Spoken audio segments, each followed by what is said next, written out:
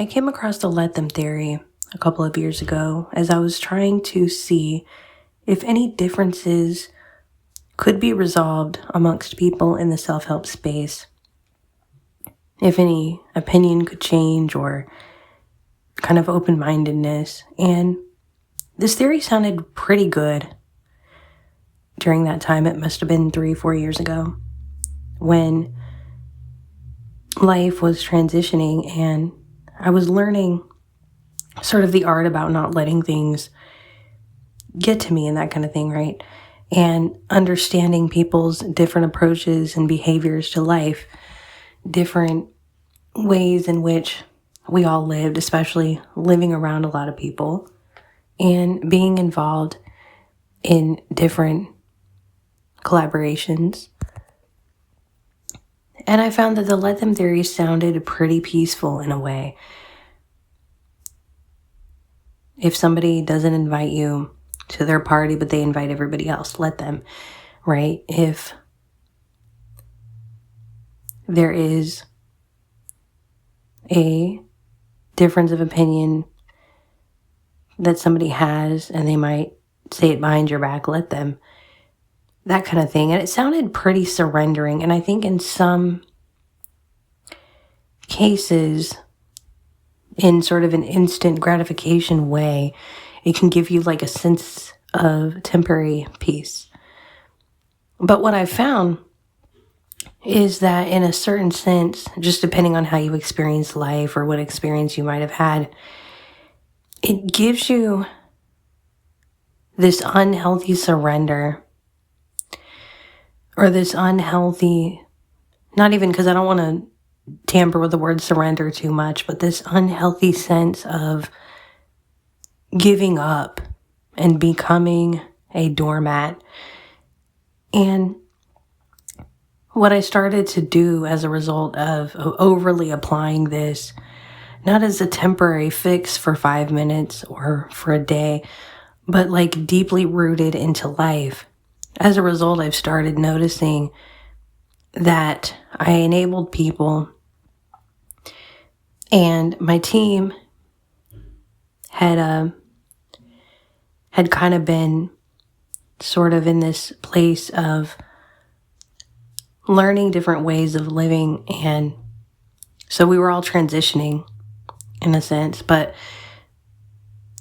what would then happen is when you don't teach people accountability for things, ways that they might have treated you or things that they might have done wrong or lack of action, what essentially you are saying is that this is acceptable, this is okay. And you tell yourself, and this is an ego thing, that you are so far above this,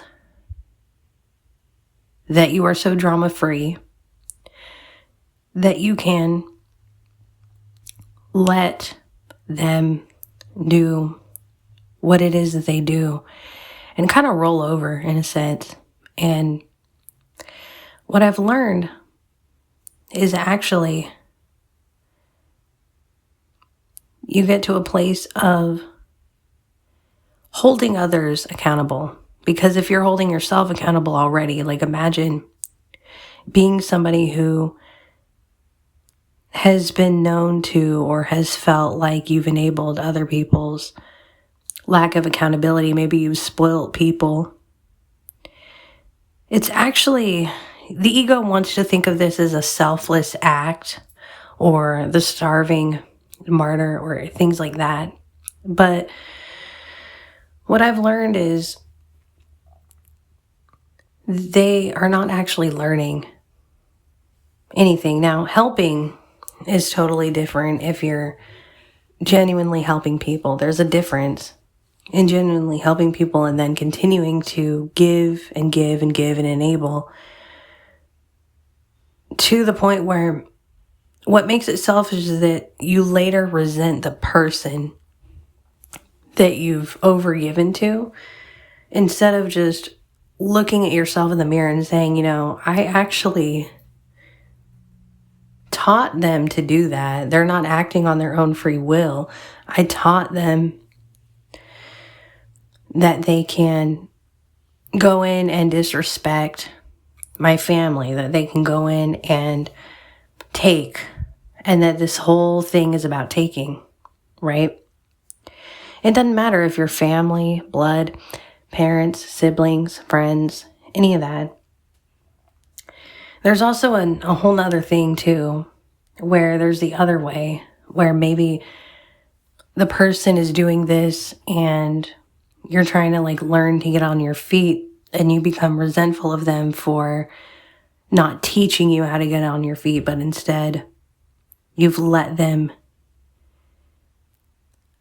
do everything, give everything, and you never said no. And that also needs to be something that is addressed, because then you learn that instead of resenting someone for enabling you, you could say, I don't actually have to take every single offer that I'm given. I don't actually have to say yes to everything somebody wants to give me, or that to everything somebody wants to do for me.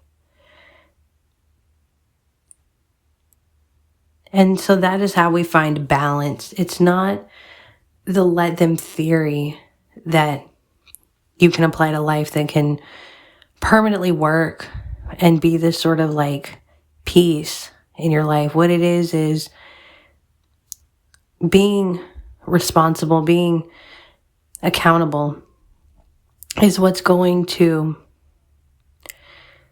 help you to understand, but not so much just knowing exactly what to do, because that doesn't happen. Like, you have to actually experience a lot of this.